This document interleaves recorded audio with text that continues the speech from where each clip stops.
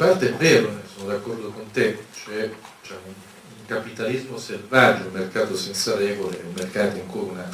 un'organizzazione priva di scrupoli, spregiudicata e forte, economicamente forte, come un'organizzazione criminale, si muove con più facilità. Ma è vero anche il contrario, cioè che i fenomeni di accumulazione mafiosa sono fenomeni che producono povertà sociale e ricchezza per pochi. La vecchia falsa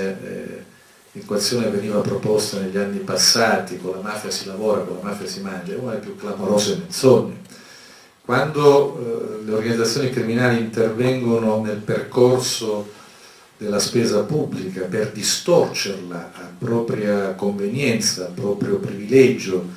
quando intercettano la spesa pubblica e fanno in modo che diventi ragione del loro profitto, e stanno sottraendo ricchezze al paese, ricchezze sociali. La qualità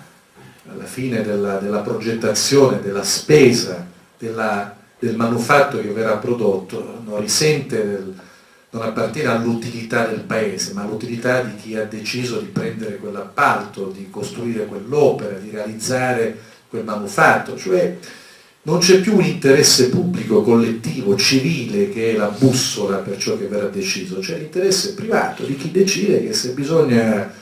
per spendere i soldi del terremoto a Napoli, ricostruire un vecchio progetto di canalizzazione borbonica che serve a portare acqua al mare e che però da solo assumerà su di sé 50 miliardi di lire, questo verrà fatto. Se poi quei denari verranno sprecati, per l'economia nazionale poco importa, quei denari passeranno dalle mani dello Stato a quelle delle cosche della Camorra che hanno controllato i percorsi di spesa e che hanno pilotato gli appalti e che li hanno intercettati con le loro imprese.